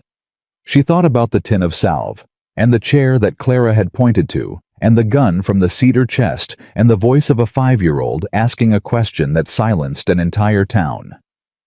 "I should tell you something too," she said. since we're telling things." He waited. "I have spent a very long time," she said carefully, "being in situations where the ground was not reliable, where what looked solid turned out not to be. And I got very good at not putting my full weight on anything, because I had learned that things you put your full weight on have a particular way of collapsing." She paused. "Your family is the first thing in a very long time that I have wanted to put my full weight on." Jacob said nothing for a moment. The clock, the city outside, the ledgers between them. "That's not a small thing to say," he said. "No," she said. "It isn't." "Then I'll treat it as not a small thing," he said. She nodded. That was enough. That was in fact exactly enough. They did not sleep. They waited. Haas came back 3 hours later, let himself in, sat down at his desk with his coat still on, and said without preamble, "Pharaoh has the ledgers. The originals I had copies made before I took them over. The marshal is Daniel Reeves, and he is moving tonight." Jacob leaned forward. "Tonight. Hargrove received a telegram this afternoon," Haas said. "Someone tipped him. I don't know who, possibly, one of the court clerks possibly, someone who saw me going into Pharaoh's building. He's moving to leave Denver. Reeves doesn't have the luxury of 48 hours anymore. He has until Hargrove's train leaves at 7 tomorrow morning." Abigail looked at the clock. Just past 9 in the evening. "Then it's tonight or it doesn't happen," she said. "That's correct," Haas said. "What do we do?" Jacob said. "You stay here," Haas said. "Reeves knows what he's doing. Your involvement at this point would complicate a federal operation, and the last thing we need is Hargrove's lawyers arguing improper interference with an arrest." He looked at Abigail specifically. "That includes you. Especially you. You are the most credible witness to the contract fraud. If you are present at the arrest and something goes wrong, it compromises your testimony." She wanted to argue. She looked at Haas's face and understood that he was right, and that she knew he was right, and that wanting to argue was about something other than strategy. "All right," she said. Jacob looked at her. She looked back at him. They waited again. The clock made its sound. Jacob made coffee at some point using Haas's stove and brought her a cup without asking whether she wanted one, because he had learned by now that she always wanted one, and never asked for it. She took it and held it and felt the warmth of the cup against her palms. At 11:47, the sound of horses in the street below, multiple horses moving fast, with the particular organized urgency of men who are doing something official and do not care who hears them doing it. Jacob went to the window. He looked down. "Marshall's men," he said. Abigail stood beside him. She could see the shapes below the horses, the men, the direction they were moving. Toward the hotel district where Hargrove kept a suite when he was in Denver. "How many?" she said. "8, he said. "Maybe 10. 8 or 10 federal marshals against one man and whatever associates he had with him." She thought about Victor Hargrove's precise, quiet voice in the dark hallway of his house in Kansas City. She thought about the word he had used. Resolved. She hoped Daniel Reeves was not a man who underestimated precise, quiet men. The next hour was the longest of her life, which was saying something given the competition. She and Jacob sat at opposite ends of Haas's office and did not talk because there was nothing to say that could be usefully said, and the waiting had the quality of a physical pressure, the kind that builds behind your eyes when you are holding yourself still against something that wants to move. It was Jacob who broke the silence. Not with words, but with action. He stood up, crossed to where she was sitting, and sat down in the chair next to her close enough that their arms were almost touching. He did not explain the gesture, and she did not ask him to. She simply felt the warmth of him beside her, and let it do what it did, which was to make the room feel less like a cage and more like a place where she was choosing to wait. At 12:53, Haas came back through the door. His expression told her before his words did. She read it in the first half-second. Not relief exactly, not triumph, something quieter and more serious than either of those things. "Hargrove is in custody," he said. Jacob closed his eyes for one moment, and then he opened them. His associates, Abigail said. 4 arrested with him. 2 more picked up at the rail station trying to leave before the marshals got there. Haas sat down. He looked tired in the way that people look tired when they have been running on purpose for a long time, and the purpose has been achieved, and the body is beginning to remember that it is tired.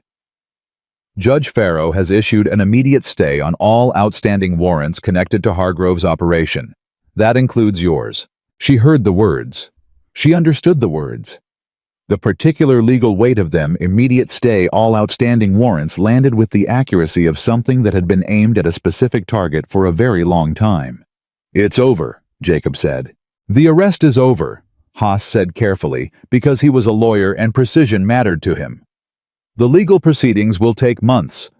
There will be testimony required from Abigail, from the other women, from everyone who has documentation. Hargrove's lawyers will file challenges. This is not a clean ending, Jacob. It is a turning point. That's enough, Abigail said. A turning point is enough. Haas looked at her. He said, There is one more thing. He reached into his coat and withdrew a document folded official with a seal at the bottom that she recognized as federal. He unfolded it and set it on the desk in front of her. It was her contract. The original contract that had bound her to Hargrove's operation, the document she had signed at 24 in Kansas City, in the office of a man who had presented himself as a legitimate employment representative. She looked at it for a long time, at her own signature at the bottom, at the terms she had believed, and the terms she had not understood, and the way the language had been constructed to look like one thing while being another entirely. Across the front of it, in large official stamping, was a single word: void. She read the word. She read it again. She thought about the cage in Red Hollow. She thought about the 5 days in the dirt and the little boy who had laughed at her through the bars. She thought about the 3 days she had walked alone before she found a road, and the years before that, and the particular loneliness of a person who has been told by enough people, in enough different ways, that they do not deserve a place in the world, until some part of them has begun to believe it. She thought about Bess asking her if she was coming back, and her own voice saying yes without qualification. She was not a woman who cried easily. She had learned not to, in the practical way that you learn not to reach for things you've stopped expecting to have. But she felt something now. Not tears, not yet, but the pressure behind them, the specific fullness that comes when something that has been wrong for a long time is corrected.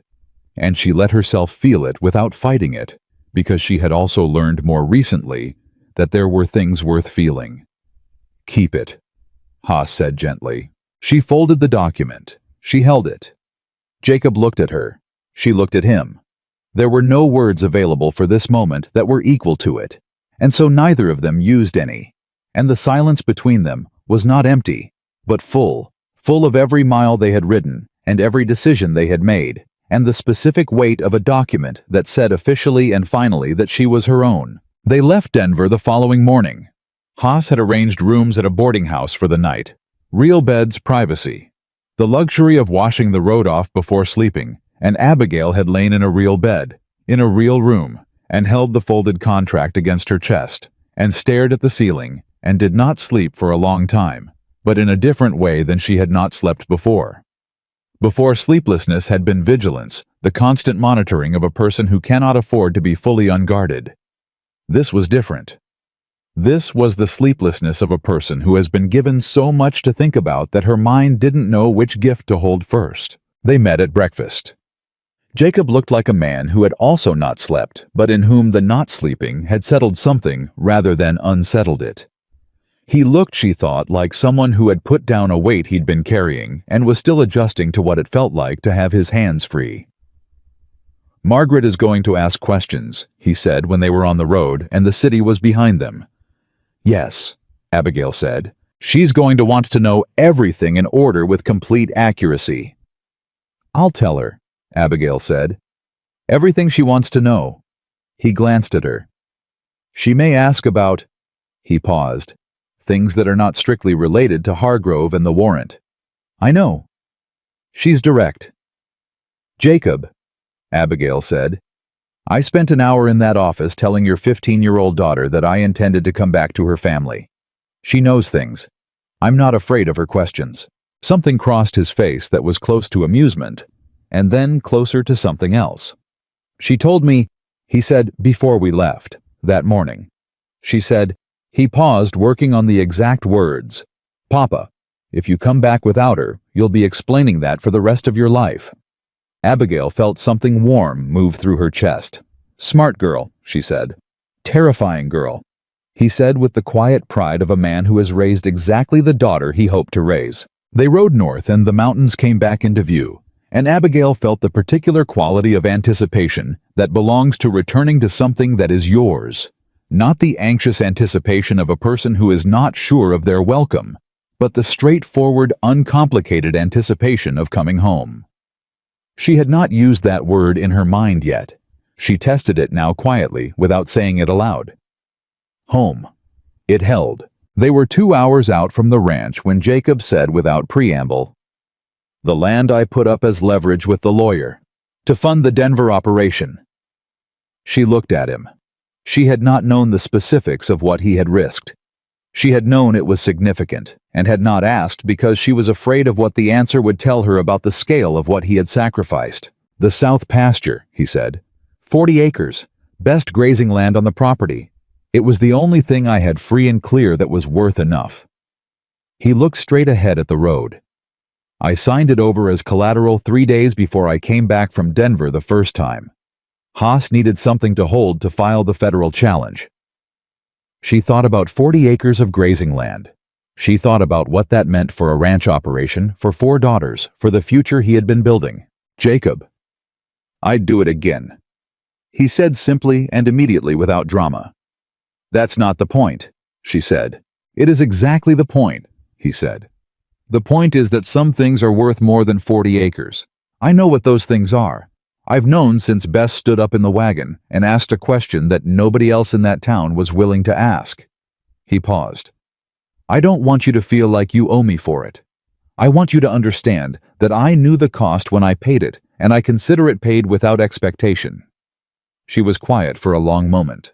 "You are," she said finally, "the most frustrating person I have ever met." He looked at her surprised. "Because you make it very difficult," she said, "to maintain any reasonable distance. Every time I think I understand the extent of what you're willing to do, you add something else to it, and I have to revise my understanding upward, and it is—" She stopped. "It is very difficult to keep a reasonable distance from someone who keeps demonstrating that they have no bottom limit on what they consider reasonable." A silence. "Is that a complaint?" he said. "No," she said. "It is the opposite of a complaint." He looked at her. The road stretched north. The mountains were clear against the sky, the way they were clear when the weather was going to hold. "When we get back," he said. "Yes," she said. She knew what he meant. She had known since the office in Denver, since the fire-lit plains, since the garden, and the tin of salve offered at exactly the right distance. "I'm not good at the words," he said. "I want you to know that ahead of time. I will likely do more of the things rather than say them." "I know," she said. "I've noticed." "You're all right with that." She thought about a tin of salve, a chair in a kitchen, a hand on a ledger cover. 8 days of small and unremarkable acts of inclusion, each one saying the same thing in a different language. "More than all right," she said. They came over the last rise, and the ranch came into view, and there were 4 figures on the porch, 1 tall and still 3 shorter, and moving with the restless energy of children who have been waiting longer than they have patience for, and have run out of ways to pretend otherwise. And the dog at the bottom of the porch steps, doing its job, telling them with 2 precise barks that it had seen them and was satisfied with what it saw. Bess came off the porch at a dead run before the horses had fully stopped, and she hit Jacob at hip height, and he caught her without breaking stride in a way that spoke of long practice, and then she turned in his arms and looked at Abigail with those direct, undeflected eyes. "You came back," Bess said. "I told you I would," Abigail said. "People say things," Bess said with the philosophical gravity of a 5-year-old who has already learned this. "I know," Abigail said. "I meant it." Bess looked at her for a long moment, conducting whatever evaluation 5-year-olds conduct when they are deciding something important. Then she reached out both arms toward Abigail in the universal gesture that means "I would like to be held by you specifically." And Abigail leaned from her horse and took the child and held her and felt the small, fierce arms around her neck and the complete, unqualified trust of a child who had decided without reservation that this person was safe. Louise was already talking at volume from the porch, a rapid-fire account of everything that had happened at the ranch in their absence, delivered at a pace that suggested she had been composing it for days, and was not going to pause for breath until it was fully delivered. Clara stood beside her with her journal open, apparently having taken notes on events in their absence, because Clara approached experience as something to be documented. Hector was at the barn door, nodding once in Jacob's direction, with the quiet acknowledgement of one reliable person recognizing another. And Margaret stood at the top of the porch steps. She looked at her father. She looked at Abigail. She took in whatever there was to take in: the exhaustion, the resolution, the specific quality of two people who have been through something together and come out the other side with the relationship changed. And she nodded once in the manner of someone whose expectations have been confirmed. She came down the porch steps and stood in front of Abigail and Bess. "Hargrove," she said. "Not a question. A request for confirmation." "In federal custody," Abigail said. "Your father's lawyer has the evidence. The warrant against me is void." She paused. "There's a great deal more to tell you. All of it." Margaret nodded. "Inside," she said. "I made dinner. You both look like you haven't eaten anything that wasn't cooked over a fire in 4 days. 3, Jacob said.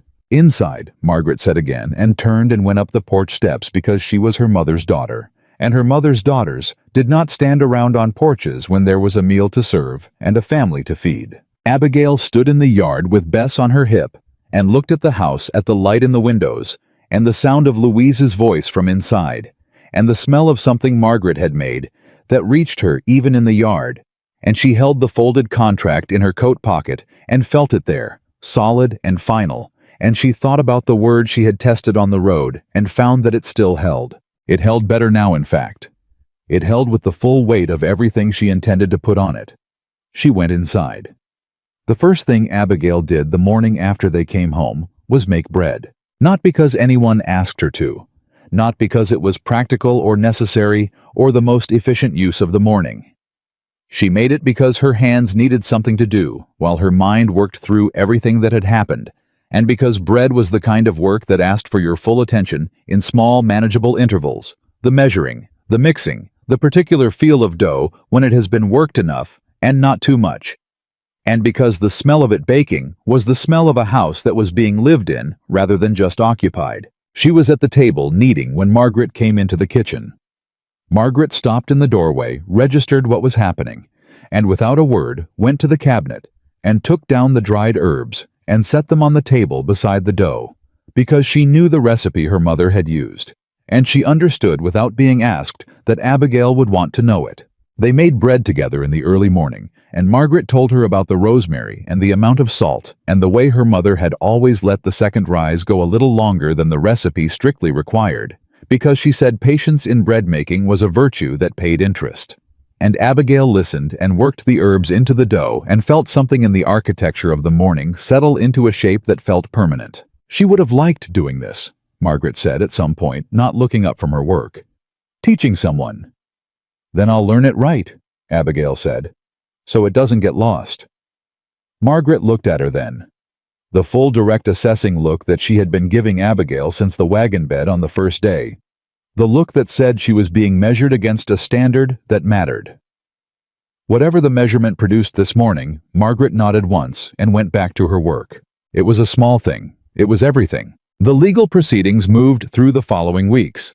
The way that legal things move, with the grinding, impersonal momentum of a machine that has been set in motion and will arrive at its destination regardless of whether anyone finds the pace satisfying.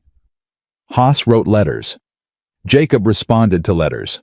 A federal court representative came to the ranch in the fourth week and sat at the kitchen table and asked Abigail questions for 2 hours, while she answered them in the flat factual tone she used for things that were true and difficult. And Jacob sat at the other end of the table and said nothing but did not leave, and she found his silence there more useful than most people's words, she testified. She traveled to Denver twice more, both times with Jacob, both times returning to the ranch within the week, because neither of them liked being away from the girls longer than necessary, and both of them had stopped pretending otherwise. She sat in a federal courtroom and described in precise and complete detail the terms of the contract and the conditions of the operation and the names of the women she had known and what she had witnessed during 2 years inside Hargrove's system. She did not look at Hargrove while she testified. She had decided this before she sat down, and she kept the decision. She spoke to the room, to the court, to the official record, to the version of the truth that would exist in a document after this was over. She did not give him her eyes, because her eyes belonged to her now, and she was selective about what she gave them to. Hargrove's lawyers challenged everything. They were skilled and expensive and deployed every procedural tool available to them with the practiced ease of men who had done this before in service of clients like this one. They challenged the provenance of the ledgers. They challenged her testimony. They filed motions that Haas described to Jacob in language that was professionally controlled, and that barely concealed his contempt for the strategy. The ledgers held. Hargrove's own handwriting, his own columns, his own precise and damning documentation held up against every challenge, because the truth, when it is thoroughly documented by the person who committed the acts being documented, is extraordinarily difficult to argue away. The 4 judges named in the ledgers were removed from the bench within the first month. 2 were charged separately. The land office representative resigned before charges were filed, which Haas said was tactically stupid, since resignation does not constitute immunity, and filed charges followed him into his retirement with the reliable thoroughness of federal process. Hargrove himself went to trial in the 8th week. Abigail was not present for the verdict because Haas had told her correctly that her presence in the courtroom for the verdict served no legal purpose, and that the verdict would reach her regardless of where she was standing when it was pronounced. She was in the garden when Haas's telegram arrived. Jacob brought it to her. He had been in the barn and had seen the rider come to the gate, and he handed it to her without opening it because it was hers to open. She opened it. Guilty. All counts. Sentencing in 30 days. The women in active contracts have been released by federal order effective this date. She read it twice. She folded it.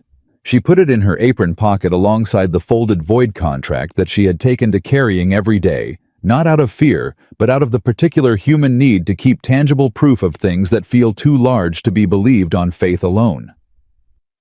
Jacob was watching her. "Well?" she said.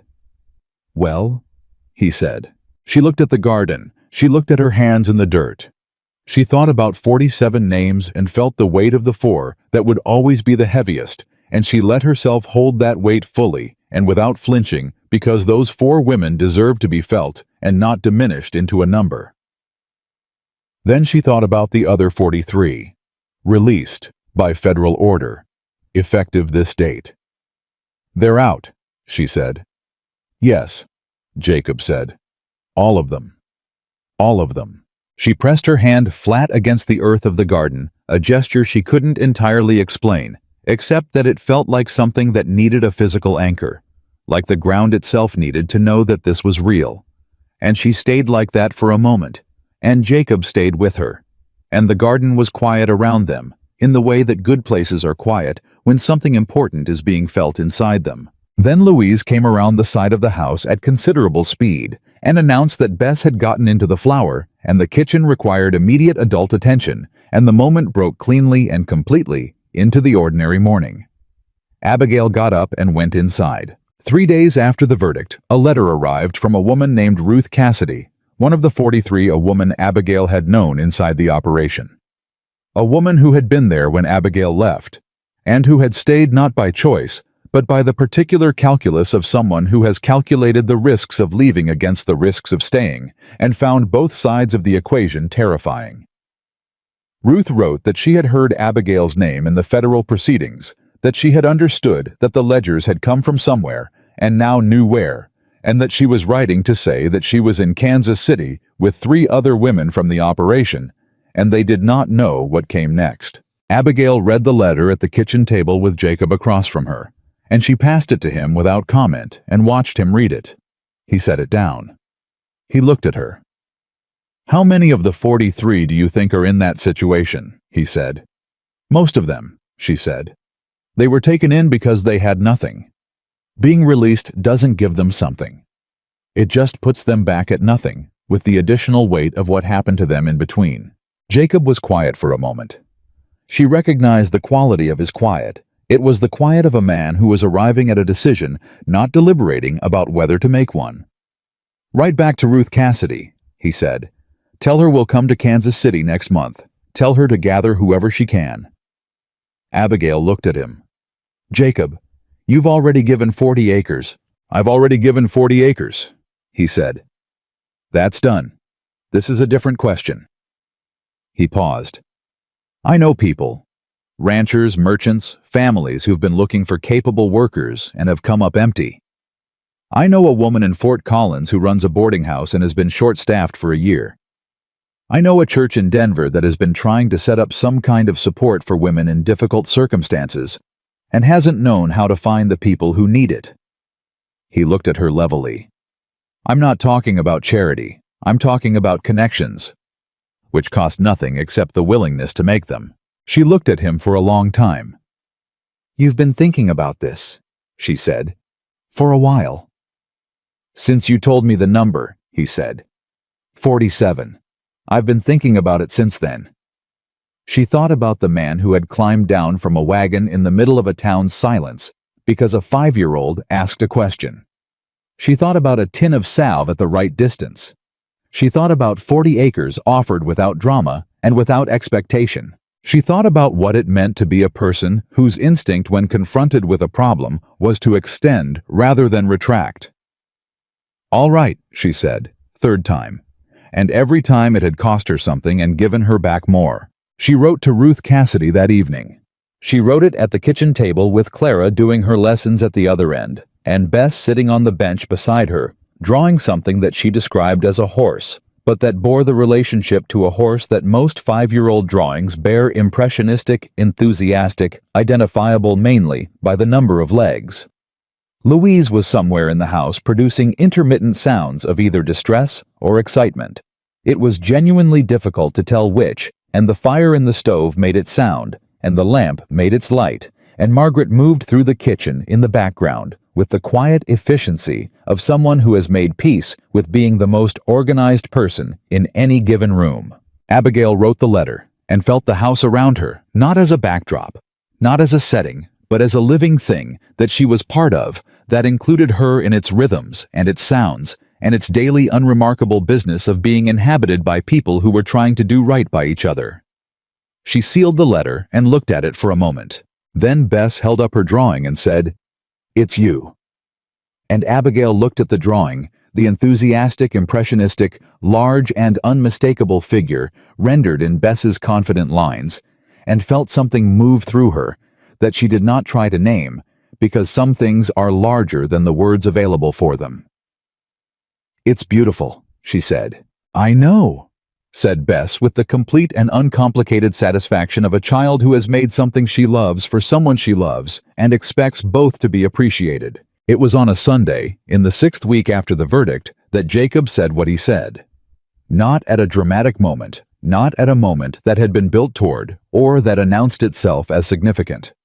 They were repairing the fence on the north pasture, the two of them working together with the easy physical coordination of people who have done enough work alongside each other to have developed a shared rhythm. And he said it the way he said most things, directly, without ornamentation, looking at the fence post he was working on rather than at her. "I love you," he said. She drove the next staple in.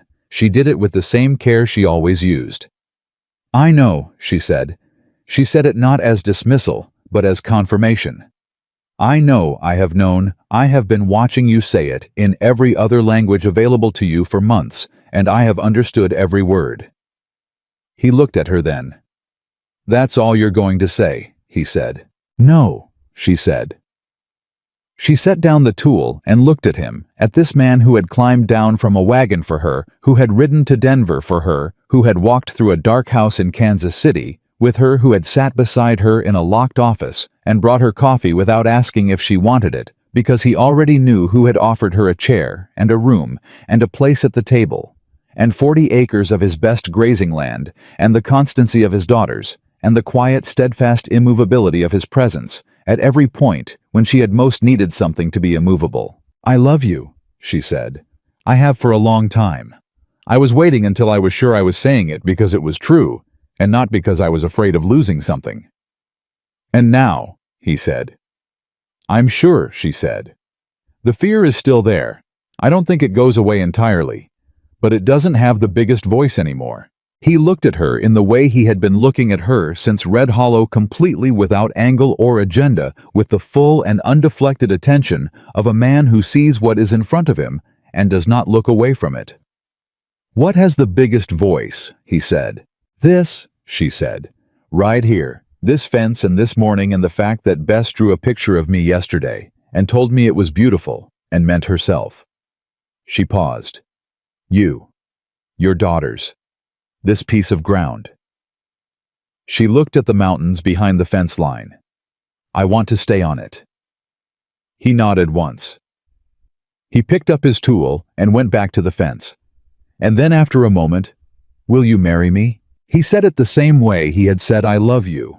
Not at a prepared moment, not with drama or staging, just as the next true thing following from the previous true thing, because that was how his mind worked and how his honesty worked. And she had come to understand that this was his particular form of devotion, the willingness to say the true thing plainly, and let it stand on its own without decoration. She looked at the fence post she was working on. She looked at the mountains. "Yes," she said. He worked the next staple in. She worked the next one. The morning went on around them exactly as it had been going on, unchanged and ordinary, and entirely different from anything that had come before. They told the girls at dinner. Jacob said it in 3 words, Abigail said yes, and the response was immediate and entirely characteristic. Bess launched herself across the table with a disregard for physics that only 5-year-olds can sustain. Louise burst into tears and then immediately demanded to know what kind of wedding and whether there would be a new dress in that order, with no pause between. Clara wrote something in her journal with the focused satisfaction of someone updating a record that had been pending for some time. And Margaret sat at her end of the table and looked at Abigail across the length of it, and her expression was the expression of someone who has been carrying something heavy for a very long time and has just been told definitively that she no longer has to carry it alone. "Mama would have liked this," Margaret said. Same words she had said over the bread. Different weight behind them now. "I know," Abigail said. "I'll do my best to deserve it." "You already do," Margaret said, with the flat, direct, 50-year-old certainty that belonged entirely to her. "You have for a while. I just wanted to make sure you knew it." They were married on a Saturday in early October, in the small church 4 miles from the ranch, in the company of Jacob's daughters, and Hector and his wife and 3 neighboring families, who had known Jacob for years and had watched with the quiet approval of people who believe in decent outcomes, as the situation at the Callahan Ranch had developed into something worth celebrating. Edmund Haas came from Denver, which no one had expected, and sat in the back and looked at the proceedings with the expression of a man who has seen a great deal of law and very little justice, and is pleased to be present at an occasion that contains both. Ruth Cassidy was there. She had come from Kansas City with 2 of the other women from the operation, the ones who had taken Jacob up on his network of connections and were working in Fort Collins and building with visible and determined effort the kind of ordinary lives that had been taken from them. Ruth sat in the 3rd pew and cried from the moment the ceremony started, which she did not apologize for and which no one expected her to. The minister said words.